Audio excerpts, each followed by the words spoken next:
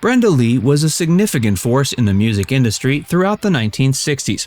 Her career, which is best known for rocking around the Christmas tree, has lasted for more than half a century. Yet at a young age, she not only realized her potential, but also put it to use in surprising ways to help her family financially.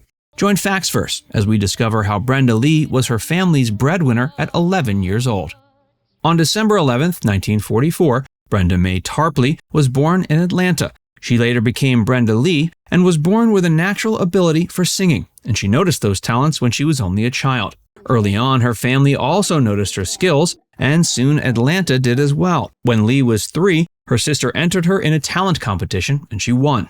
According to the Country Music Hall of Fame, by the time she was 3 years old, she could identify and sing the melody of any song after hearing it only twice. Her talents began to draw attention all over the city. She even won a talent competition when she was 5.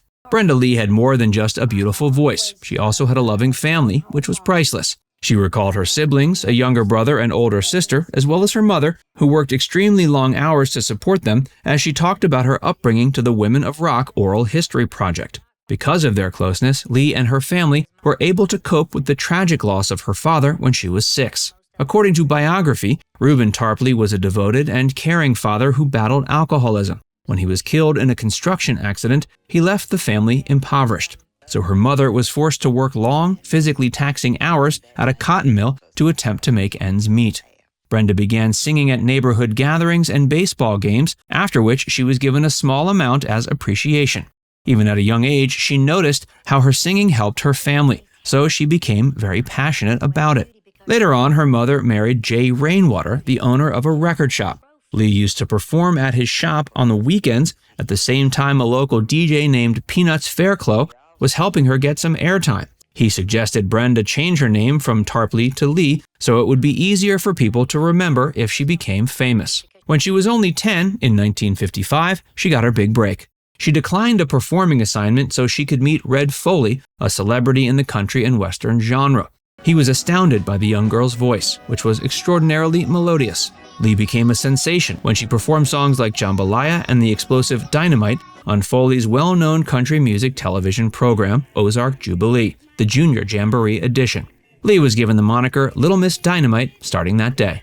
Eventually, in 1957, Lee and his family relocated to Nashville, where she was discovered by manager Dub Albritton and famed producer Owen Bradley. Both of these men played the role of devoted father figures to her. Along with artists like Patsy Cline, Mel Tillis, and George Jones, young Lee went on a national tour. She'd already become a household name by the time she was 12 because of her performances at the Grand Ole Opry and in Las Vegas. By September of 1959, Lee's Sweet Nothings had ascended to the top of the rock and roll charts. Despite Lee's success, the Jackie Coogan law required that the majority of her earnings be placed in a trust until she turned 21. Misfortune struck when Brenda's stepfather abandoned the family in 1959, leaving them penniless. In spite of her success as a singer and performer at age 15, Lee, her mother, and 2 younger brothers and sisters were forced to live in a trailer park for just $72 a month. She filed a petition asking the court for money so she could move her family out of the park. She triumphed and purchased her mother a home, which regretfully burned down. Lee's I'm Sorry topped the charts in 1960. She received a gold record and Grammy nomination for it, and it was her biggest hit to date. By the middle of the 60s, the Beatles had become the most popular band in North America. Dub Albritton, Brenda's longtime manager and father figure, passed away. Lee grew discouraged because she felt she had no future in the music business, something she had previously cherished. Her manager was her most trusted person, and he was no longer available. Before we tell you more, be sure to give this video a like and subscribe to FactsVerse if you haven't already. All the years spent traveling finally caught up with Lee. She was rushed to the hospital in 1974 with potentially fatal blood clots. Her life was spared thanks to the quick action of the surgeon. Lee eventually went back to her Western and country music origins. It wasn't until late 1974 that she recorded Nobody Wins, Chris Christopherson's debut single as a songwriter. The song became one of Lee's many country and Western hits and landed in the top 10 on the country charts. Several music organizations, including the Georgia Music Hall of Fame and National Academy of Recording Arts and Sciences, honored her with awards. Lee kept up her hectic schedule of concerts and touring. Another Grammy nomination came in 1989 for her work on K.D. Lang's album Shadowland. Unfortunately, Lee's life was turned upside down in 1998 when Owen Bradley passed away. She collected every ounce of her might to deliver a powerful performance of There Will Be Peace in the Valley at his burial. It was later discovered Lee had cysts on her vocal cords in 1999. With the possibility of irreparable damage to her cords if she had surgery, she decided to rest instead. Though her condition has not been completely reversed, more damage has been prevented. Despite that, Lee went on performing all over the world with her supportive husband Ronnie and living close to her children. Love life. While growing up, Brenda's mother forbade her from dating, so she skipped out on the high school experience of heartbreak altogether. After a long period of being single, she started dating again at age 18 and eventually married the man of her dreams. While her story of marrying her childhood sweetheart and becoming a superstar may be the stuff of envy for many, she nevertheless often wished for a more ordinary life. This came as a shock to her loved ones and the company she worked for.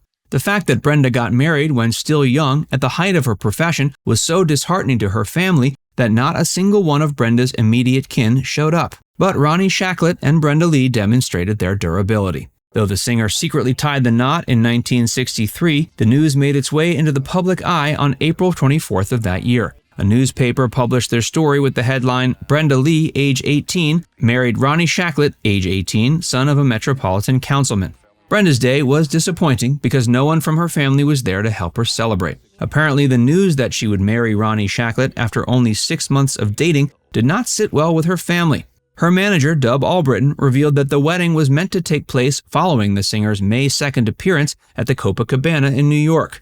The couple, however, reportedly could not hold off any longer. After the ceremony, the newlyweds made the short trip to Gatlinburg, Tennessee to celebrate their honeymoon for several days. It was Ronnie's ability to shield Brenda from exploitative managers early in their marriage that set the stage for Brenda's later professional success. Brenda and Ronnie have 3 grandchildren, Taylor, Jordan, and Charlie, and 2 daughters, Jolie and Julie. The birth of Julie was a terrifying ordeal. It was assumed she wouldn't make it past birth due to the hyaline membrane illness she was born with, but she was saved by Dr. Mildred Stallman. Brenda Lee is currently retired and enjoying life in Nashville, Tennessee with her husband. Love for pets. Brenda Lee made it clear to her family she had no desire to have another dog after she lost hers, Buddy. A small crack appeared in that resolve when her husband returned home with a 4-week-old dog he'd found sitting where she'd been thrown in the middle of the Tennessee freeway. It was Lee's intention to make the puppy healthy and then find her a permanent home. Little girl, as she's now known, was obviously already there, and Lee raves about her as the best puppy she's ever had. Now it's time to hear from you. What's your favorite song from Brenda Lee? Let us know in the comments section below. And before you go, make sure you give this video a like and subscribe to FactsVerse if you haven't already. Click the bell icon to stay updated on all our latest content. By the way, if you haven't joined FactsVerse as a member yet, be sure to look below this video and click the join button. By becoming a paid member of FactsVerse, you'll get access to exclusive video content that you won't find anywhere else. This includes some of our more mature content that isn't suitable for public audiences, which includes topics like Hollywood actresses who posed for Playboy and some of the steamiest moments in movie history. Plus, you can enjoy these videos completely ad-free. Our biggest fans will notice they also get badges next to their name when they leave comments on our videos. We pay special attention to comments from our members, and so do other viewers. So if you want exclusive content from FactsVerse or inside access to discussions with other community members, click the join button to get started for just $4.99.